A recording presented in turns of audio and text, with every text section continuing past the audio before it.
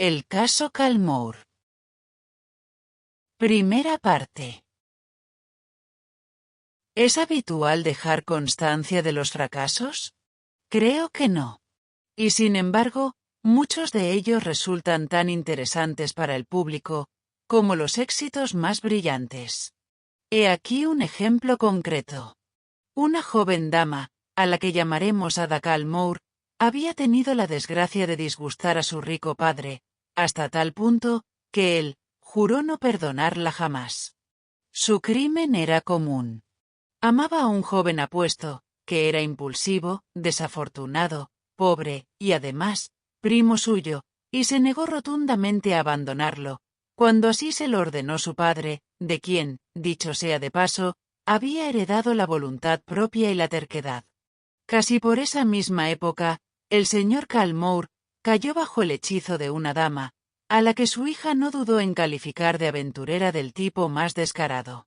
No solo según la opinión de la joven, sino para la de todos los amigos de la familia, era evidente que el señor Calmour estaba siendo arrastrado hacia un matrimonio inconveniente. Cualquiera habría imaginado que el propio encaprichamiento del señor Calmour lo habría hecho más tolerante con el amorío de su hija. Pero, a decir verdad, a medida que aumentaba su aprecio por la señorita Reed, que así se llamaba la dama de su interés, también aumentaba el desprecio por su sobrino, en proporción inversa. Al final, las cosas llegaron a un punto crítico. Las intrigas de la aventurera prosperaron, y la señorita Reed se convirtió en la esposa del señor Calmour. Era evidente que había entrado en su nueva esfera de vida, con ideas claras sobre la conveniencia de las cosas, pues apenas había regresado de su corta luna de miel, cuando empezó a poner la casa patas arriba. De manera imprevista, informó fríamente a su hijastra que debía desalojar el dormitorio que siempre había ocupado, ya que iba a ser transformado en un tocador para la nueva dueña de la casa. Como había al menos otras 2 habitaciones en la vivienda, que habrían sido igualmente adecuadas para los propósitos de la señora Calmour, Ada reconoció en ese capricho una intención deliberada de insultarla, y sospechó que el motivo ulterior era echarla de la casa. Una muchacha de espíritu manso y complaciente se habría sometido a la indignidad, sin quejarse en voz alta. Pero la señorita Calmour era demasiado orgullosa para eso, y se negó a ceder sin luchar. Su padre siempre la había mimado y consentido, hasta que surgieron estas desafortunadas desavenencias entre padre e hija. En opinión de Ada, el señor Calmour había cometido una imprudencia temeraria al casarse con una mujer, de cuyos antecedentes no sabía nada, más allá del hecho de que tenía muchas deudas, que saldó en cuanto contrajeron matrimonio, y de la estrecha relación que mantenía con un hombre, del que ella decía ser su tutor, pero que había suscitado muchos rumores. Por lo tanto, Ada no se sorprendió demasiado, cuando su padre se negó a intervenir en su favor, y se vio obligada a ceder su habitación a la nueva señora de la casa. «No veo que valga la pena armar tanto alboroto», observó el señor Calmour con indiferencia. «Si mi esposa necesita la habitación, tú puedes encontrar fácilmente otra, que sea igual de cómoda». De hecho, descartó el asunto como algo demasiado trivial, como para preocuparse por ello. El daño era más profundo de lo que él imaginaba, y una cosa siguió a otra, hasta que la señorita Calmour decidió que no pasaría ni un día más, bajo el mismo techo que su madrastra. Abandonó la casa donde había pasado toda su infancia, y su padre y su esposa supusieron que se había fugado con Pierce Churchill. La señora Calmour hizo todo lo posible por alentar esta suposición, y avivar la ira ya irracional de su esposo, contra su hija y su sobrino. Sus planes prosperaron a la perfección. El señor Calmour juró no volver a ver a su hija nunca más, ni permitirle tocar un solo centavo de su dinero. «Ese inútil con el que se ha fugado puede ocuparse de ella», observó con indiferencia. «No ha sabido apreciar la vida de la que disfrutaba en esta casa. Ahora deberá conformarse con lo que ella misma ha elegido». Pero la pobre muchacha no se había casado con su primo, aunque él estaba ansioso de que se convirtiera en su esposa, A pesar de que la fortuna que alguna vez esperaba heredar, probablemente se le había escapado para siempre. Cuando Ada descubrió que los ingresos de Pierce eran totalmente insuficientes para mantener a dos personas, se negó a ser una carga para él, y se lanzó al mundo a ganarse la vida. «No debes escribirme durante 12 meses», dijo con firmeza, pero entre lágrimas. «Te amo, Pierce, pero no haré que te sacrifiques por una esposa sin dinero. No me convertiré en tu esposa, hasta que el tiempo y la ausencia hayan puesto a prueba tu afecto. No debes temer por mí. Me las arreglaré bastante bien. Y dentro de 12 meses te escribiré, y con gusto me casaré contigo si aún lo deseas». Todos los argumentos de Pierce Churchill en favor de un matrimonio inmediato fueron en vano, y cuando el señor Calmore murió de repente, 3 meses después de la marcha de su hija, nadie supo dónde encontrarla. Probablemente, el padre de Ada había sido presa de remordimientos de conciencia, por el trato que había dado a su propia hija, pues su testamento, tal como se leyó tras el funeral, tenía la apariencia de un burdo intento por dejar en manos del destino la responsabilidad de decidir si su esposa o su hija debían heredar su riqueza. Dicho testamento era fantástico hasta el punto del ridículo, y provocó la indignación de todos los viejos amigos de la familia, que consideraban a la señora Calmore como la aventurera sin escrúpulos que realmente era. Algunos incluso llegaron a insinuar que el señor Calmore, que estaba en la flor de la vida, y siempre había sido un hombre sano, habría estado todavía vivo, de no ser por la nociva influencia de su esposa. Pero es más fácil dejarse llevar por insinuaciones y sospechas, que por acusaciones abiertas, y muchas tragedias quedan sin revelar, porque a nadie le gusta ser el acusador inicial. Y de esta manera, aunque muchas miradas acusadoras se dirigieron hacia la viuda, se le permitió seguir su tranquilo camino sin ser molestada, a pesar de que su disgusto y su rabia mal disimulados, por el contenido del testamento de su marido, aumentó la desconfianza con la que ya era considerada. Antes de morir, el señor Calmore había sido informado sobre la verdadera situación de su hija, al menos hasta donde su sobrino podía informarle, y se había dado cuenta de que ella luchaba sin ayuda para ganarse la vida, cuando él podría haberle proporcionado fácilmente todo cuanto necesitara. «Estoy muy preocupado por Ada», había escrito Pierce. «He escrito a la última dirección que tenía, y mis cartas han sido devueltas con la indicación «destinatario desconocido».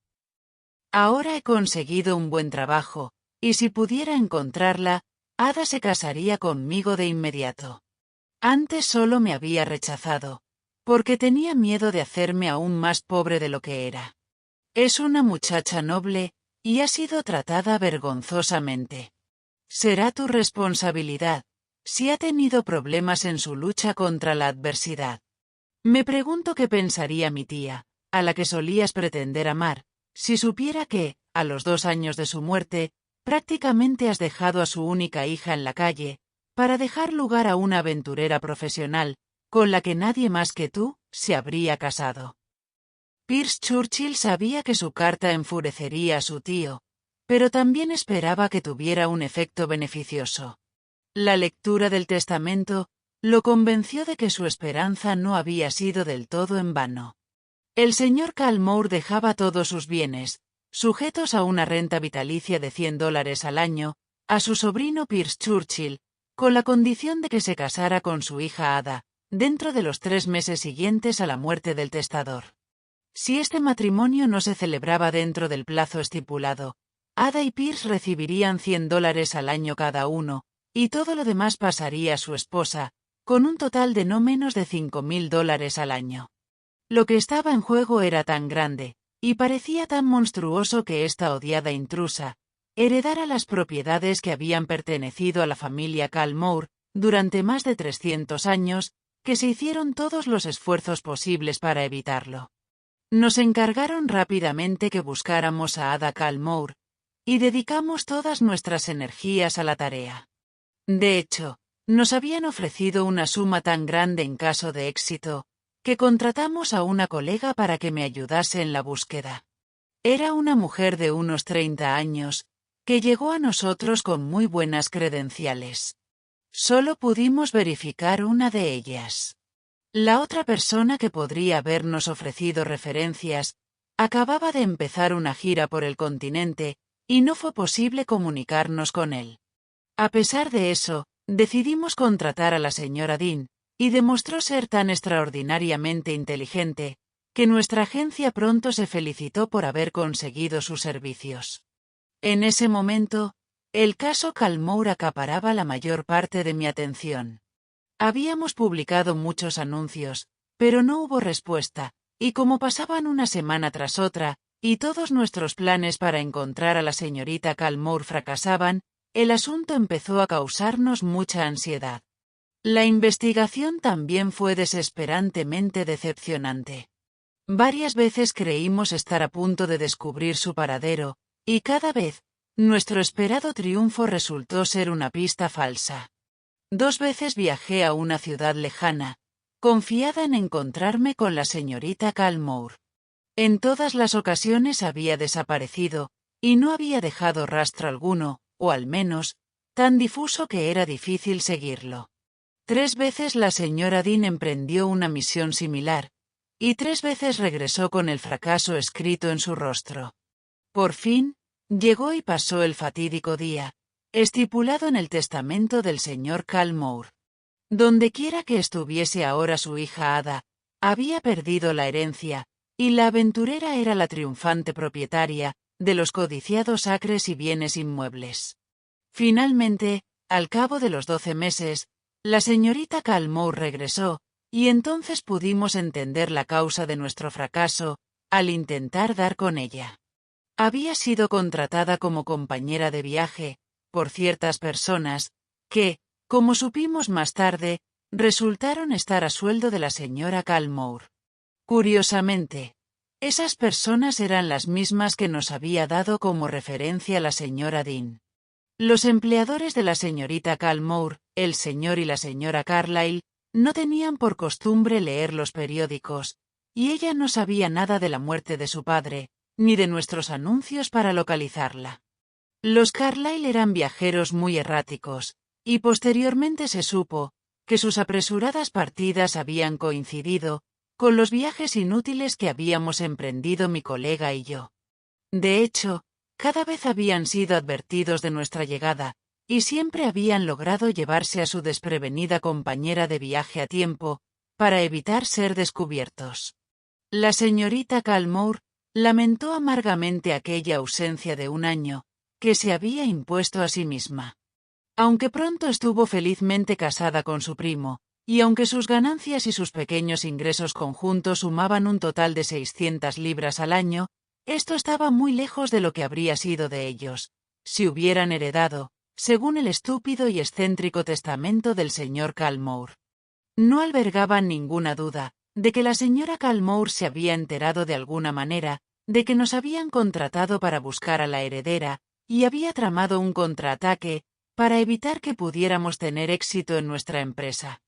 Unos meses después de este doloroso fracaso nuestro, me encontraba en las cercanías de Calmour House, y vi a la señora de la casa pasar por mi lado con gran estilo. Yo no la conocía, y naturalmente, sentí curiosidad por su personalidad, y no estoy segura de que me sorprendiera, tanto como podría haberlo hecho, el descubrimiento que hice. Al verla, supe que el éxito en esta misión habría sido casi imposible para mí. Porque la señora Calmour no era otra que la señora Dean, la inteligente detective que trabajó con nosotros durante 3 meses, y a quien le confiamos todos los detalles de la búsqueda de Ada Calmour. Ella se preocupó de darme pistas falsas, de avisar a los Carlyle cuando estaban a punto de ser descubiertos, y de desbaratar, en fin, toda nuestra investigación. Pero no podíamos hacer nada contra ella.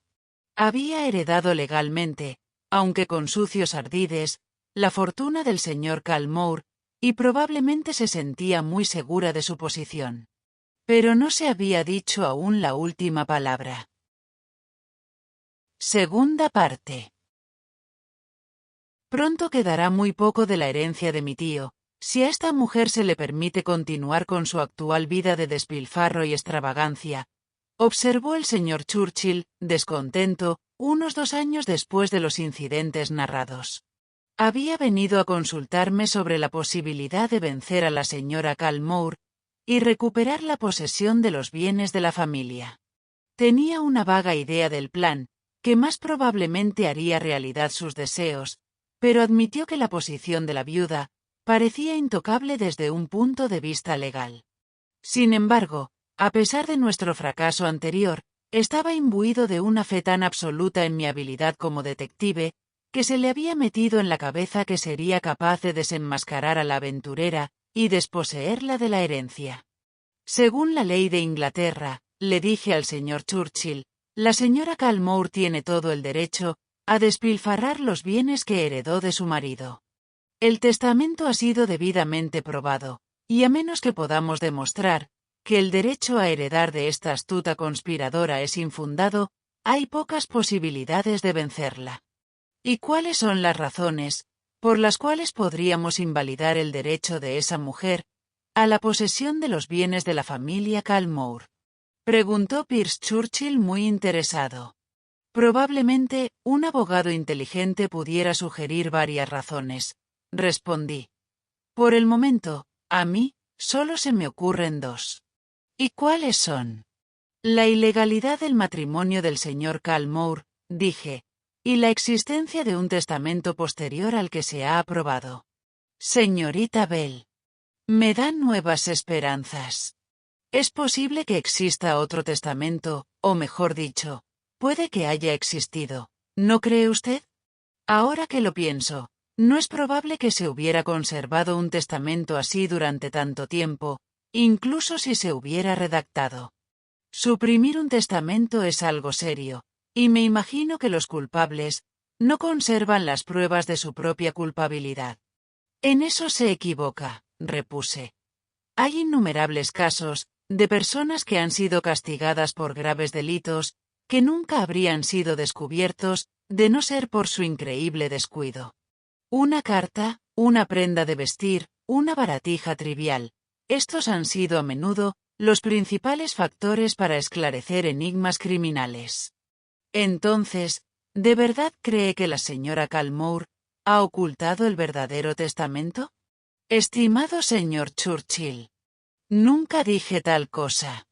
Solo supuse que era posible que para asegurarse la herencia, la señora Calmore hubiera suprimido el testamento final de su marido, en cuyo caso, se podría concluir con seguridad que habría sido totalmente a favor de usted o de su esposa, ya que el testamento que finalmente se aprobó requirió de mucha y muy astuta planificación por parte del legatario ganador. Así es, y pienso actuar en ese sentido. Porque no podemos aceptar ni por un momento la idea de que el matrimonio con mi tío no era legal. Hay demasiadas pruebas de lo contrario. ¡Qué mala suerte! Eso cree usted, señor Churchill. Pero estamos acostumbrados a considerar los casos desde todos los puntos de vista. Un análisis exhaustivo del pasado de la señora Calmore podría revelar la existencia de un matrimonio anterior, con algún individuo que se contenta con permanecer en un segundo plano, a cambio de una parte generosa del botín. Esta visión del caso excitó tanto a mi impulsivo cliente, que me costó mucho contener su prematura exultación triunfal, y cuando salió de nuestra oficina, parecía firmemente convencido de que su esposa acabaría siendo propietaria de lo que quedaba de la herencia de su padre. Como era hija única, siempre había sido natural suponer que ella sería la heredera, y le resultó muy duro oír hablar del despilfarro tan desenfrenado que la viuda de su padre estaba haciendo de una propiedad tan valiosa. Probablemente, compartiría las esperanzas y el entusiasmo recién despertados de su marido, cuando le contara su entrevista conmigo. ¿Y eran estas esperanzas tan infundadas como parecen a primera vista? Probablemente no.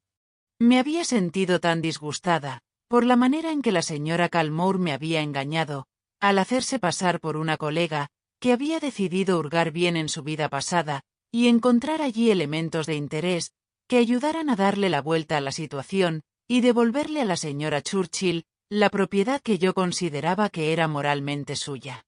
Ya había avanzado bastante en mis investigaciones, cuando mi cliente volvió a consultarme. Pero no hubiera sido prudente, desde un punto de vista profesional, revelar de golpe toda la amplitud de mis conocimientos. Los clientes tienen a veces la desagradable tendencia a imaginar que la remuneración que se paga a un detective es proporcional a la cantidad de investigación que se requiere después de que se ha aceptado llevar un caso, y se empeñan en conocer, paso a paso y en detalle, toda la información que dicho investigador va obteniendo paulatinamente. Por supuesto, una gran proporción de nuestros clientes son de naturaleza más razonable, pero las excepciones nos han enseñado a ser cautelosos, y rara vez adoptamos una actitud confidencial, ni revelamos los resultados conseguidos, hasta que estamos completamente seguros de que nuestro prestigio profesional no se verá afectado por ello. Así que me abstuve de decirle al señor Churchill lo esperanzadora que consideraba la situación para su esposa. Pero yo ya sabía lo suficiente como para hacer temblar a la señora Calmore si hubiera adivinado que la estaba investigando. Por ejemplo, sabía que un tal señor Selby se había hecho pasar por el tutor de la dama, que, por cierto, tenía por lo menos 36 años, aunque ella solo admitía tener 27. Al hacer algunas averiguaciones, supe algo más sobre ese señor Selby, y llegué a la conclusión de que sus actividades eran tan turbias como las de su supuesta pupila. Tenía por costumbre buscar encantadoras casas de campo, o conjuntos de habitaciones elegantemente amuebladas, y ofrecer por ellas alquileres tan generosos, que convencía a sus propietarios para que aceptaran alojar a un huésped allí, de manera excepcional. El señor Selby les cantaba las alabanzas de su futura inquilina, una dama rica, y muy bien relacionada con personas ilustres y honorables. Él mismo supervisaba la instalación de la señora, que traía consigo a su doncella, y a una amiga íntima, una tal señorita Lostil. Una vez instaladas, vivían a costa de sus anfitriones, que no veían ni un céntimo del dinero prometido por el alquiler. Por el contrario, la supuesta dama, desplegando su encanto, y alegando 1000 pretextos, no dudaba en pedir a sus hospedadores pequeños préstamos, para cubrir gastos inesperados, como sellos o billetes de tren. Esto duraba, hasta que los propietarios de las viviendas empezaban a ver con malos ojos la idea de recibir siempre excusas, en lugar de dinero, y entonces la banda emprendía la huida y buscaba nuevas víctimas. Curiosamente, los anfitriones victimizados siempre descubrían que algunos de sus objetos de adorno más valiosos desaparecían al mismo tiempo que su inquilina estafadora.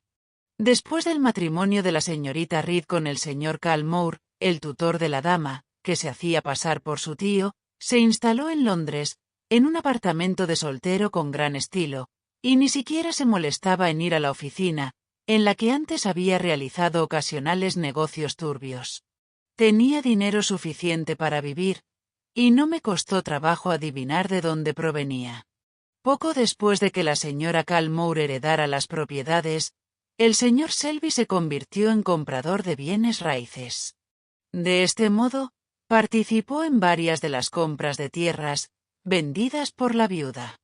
Como esta última no mostró signos de estar en mejor situación financiera, a pesar de estas ventas, deduje que el dinero que recibía por ellas volvía de nuevo a manos del señor Selby, y que esta maniobra tenía como objetivo transferir las propiedades al comprador nominal.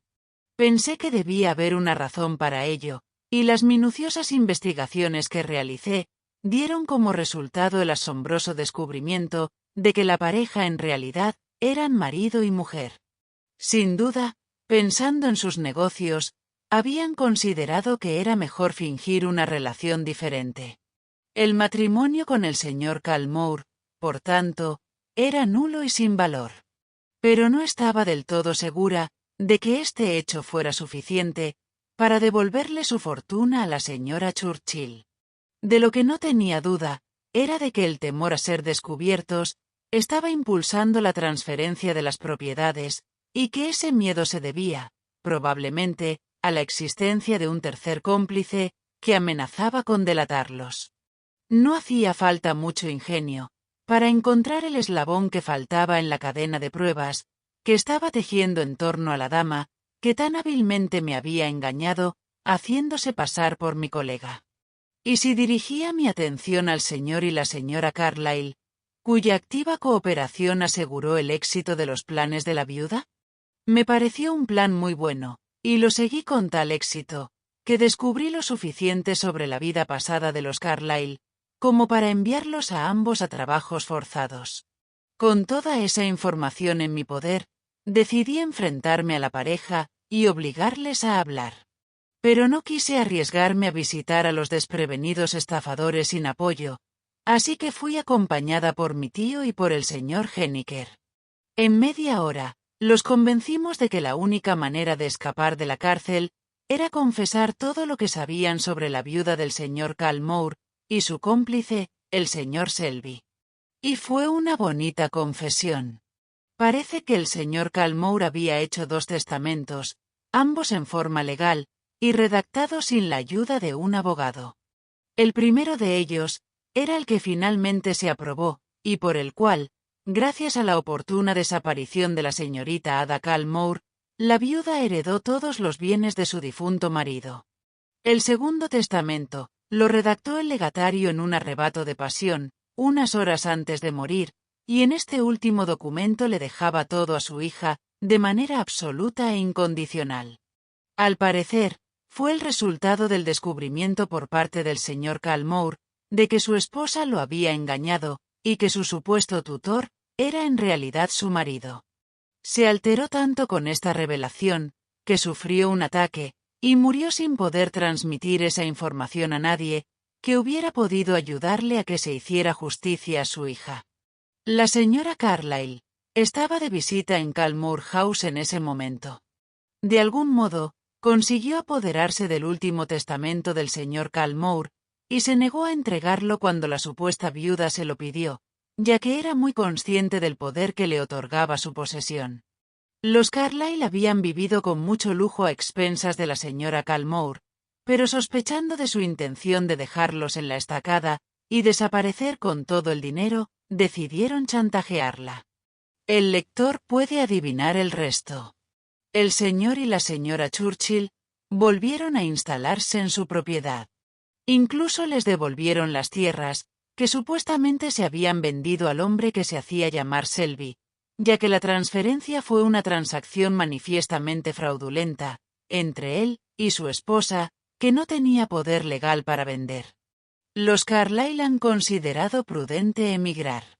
Me gustaría añadir que los Selby han sido debidamente castigados por sus fechorías, pero la señora Churchill no quiso exponer demasiado la debilidad de su pobre padre y los ha dejado libres de culpa. Probablemente, la pareja continúa en algún lugar, con su carrera de engaños y estafas. Fin. El prometido de la señorita Rankin. Si es como sospecho, no me casaré con él.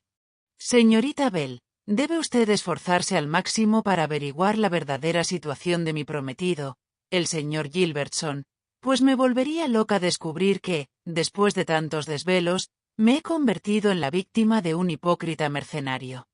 Esta fue la parte final de la petición que me hizo la señorita Iris Rankin, hija única y heredera del difunto John Graham Rankin, armador y millonario. La visita que hizo a nuestra agencia tuvo su origen en una conversación que tuvo lugar en su propio salón la tarde anterior. Una amiga la había visitado y le había comunicado un chisme que la perturbó considerablemente. Esta amiga, la señorita Claudie, contó que, cuando estaba realizando una de sus visitas de beneficencia a una de las feligresas de la parroquia del distrito, había tenido una experiencia sorprendente. Nunca me asombré tanto en mi vida, dijo la señorita Claudie, como cuando vi al señor Harold Gilbertson pasar ante la puerta abierta de la habitación, donde yo estaba hablando con la anciana señora Tweedy. La anciana vio mi sorpresa, y preguntó a quién había visto. Para evitar cualquier confusión, Simplemente comenté que un joven caballero había subido las escaleras, y que creía que era alguien a quien conocía.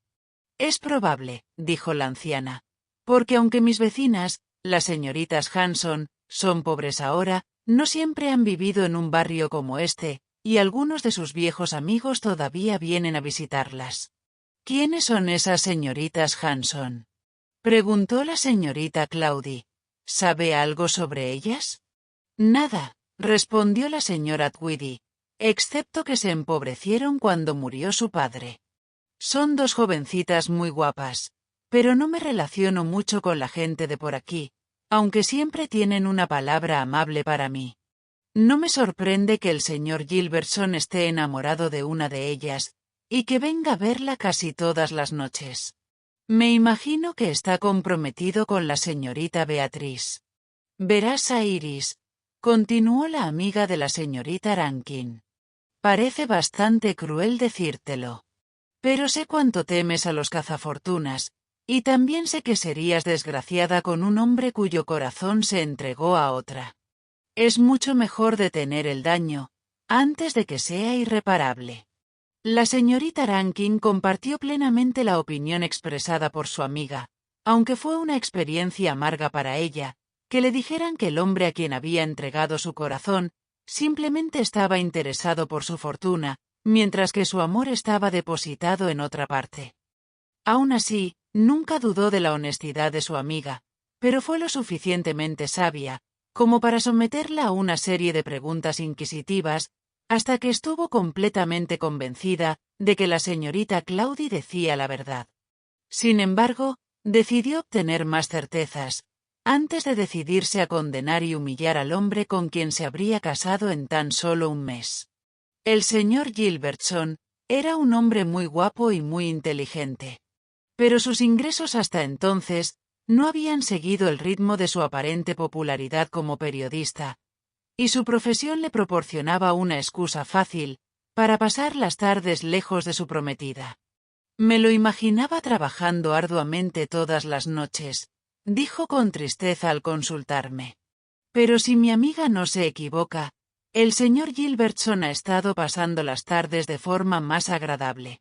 Quiero saber toda la verdad, y necesito que usted, como detective profesional, investigue a fondo todo el asunto. No creo que le resulte demasiado difícil, ¿verdad, señorita Bell?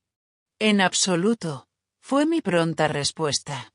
Y cumplí mi palabra, pues esa misma tarde, vestida con sobriedad, y con mi expresión más filantrópica, me dirigí hacia la tranquila callejuela donde vivía la señora Tweedy. Iba armada con todo tipo de folletos religiosos, además de un paquete de comestibles, pues conocía la peculiar debilidad de esa mujer. Solo necesitaba oler una posible donación, para convertirse en la persona más servil y aduladora. Siempre había sido pobre, pero no de las más pobres, pues se las ingeniaba para desviar hacia sí misma una gran cantidad de donaciones de filántropos generosos, que en realidad deberían haber sido destinadas a otra parte. Me sentía bastante segura de mi disfraz, y pronto estaba charlando afablemente con la astuta anciana. Fui lo suficientemente diplomática, como para allanar el camino con el regalo de un cuarto de té y una lata de salmón, tras lo cual, podría haberme enterado de todo lo que hubiera querido sobre el vecindario. Pronto charlamos muy amistosamente, y era muy natural que la anciana encontrara a sus vecinos como su tema favorito para chismorrear. Como las hermanas Hanson eran las más interesantes de esos vecinos, era igualmente natural que la conversación se centrara fácilmente en ellas. Había estudiado cuidadosamente una fotografía del señor Gilbertson, que me había proporcionado la señorita Rankin, para reconocerlo de inmediato cuando le viera. Me senté deliberadamente cerca de la puerta, que la chismosa señora Tweedy dejaba siempre abierta, para poder ver al señor Gilbertson cuando subiera las escaleras, camino del piso de las hermanas Hanson. No tuve que esperar mucho para ver pasar a un caballero, y no cabía duda de que se trataba del prometido de la señorita Rankin. Y lo lamenté, pues parecía tan franco y honesto, que cualquiera podría haber confiado en él. Aunque como detective ya estaba acostumbrada a toparme con naturalezas traicioneras, siempre es triste toparse una vez más con una de ellas. Sin embargo, mi tarea no había terminado. Solo había visto y oído lo suficiente para corroborar la veracidad de las declaraciones de la señorita Claudie. Pero había demasiado en juego, como para permitir que sobreviviera cualquier posibilidad de error.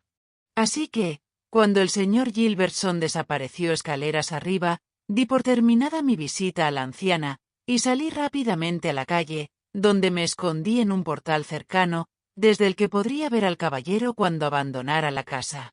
Tuve que esperar más de una hora, pero no hacía nada de frío, y tuve la satisfacción de ver salir al señor Gilbertson, con una de las hermanas, que sin duda parecía digna del amor de un hombre. La pareja caminó lentamente hacia Hammersmith Road, y yo lo seguí discretamente. Estaba anocheciendo, y noté que parecían estar esperando a alguien, mientras paseaban lentamente por las inmediaciones de St. Mary Abbot's Terrace. Al poco rato se les unió otra chica, que salió de una casa vecina con un rollo de música en la mano, y que se parecía lo suficiente al acompañante del señor Gilbertson, como para hacerme suponer que era su hermana. Luego los tres volvieron sobre sus pasos a casa, y no me costó decidir que la profesora de música era la hermana con la que, supuestamente, mantenía una relación amorosa el señor Gilbertson.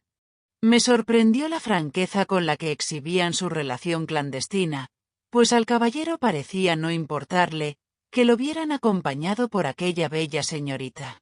Y ciertamente corría un riesgo evidente, al pasearse por las calles con la rival de la señorita Rankin. Debo admitir que estaba muy cansada cuando me acosté esa noche. Pero me sentía completamente satisfecha, pues había avanzado mucho y recopilado numerosos detalles importantes del caso que estaba investigando. A la mañana siguiente, a las 11, fui a ver a la señorita Rankin a su lujoso apartamento en Albergate Mansions, y la convencí de que le escribiera la siguiente nota a su prometido. No puedo verte antes de las 8:30 de esta noche. Pero me es absolutamente necesario verte entonces. Así que debo pedirte que dejes tu trabajo a un lado por una vez, y estés aquí a la hora indicada sin falta.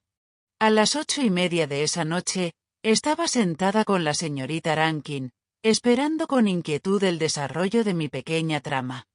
La pobre chica estaba muy pálida, y pude ver que la ansiedad casi la estaba matando.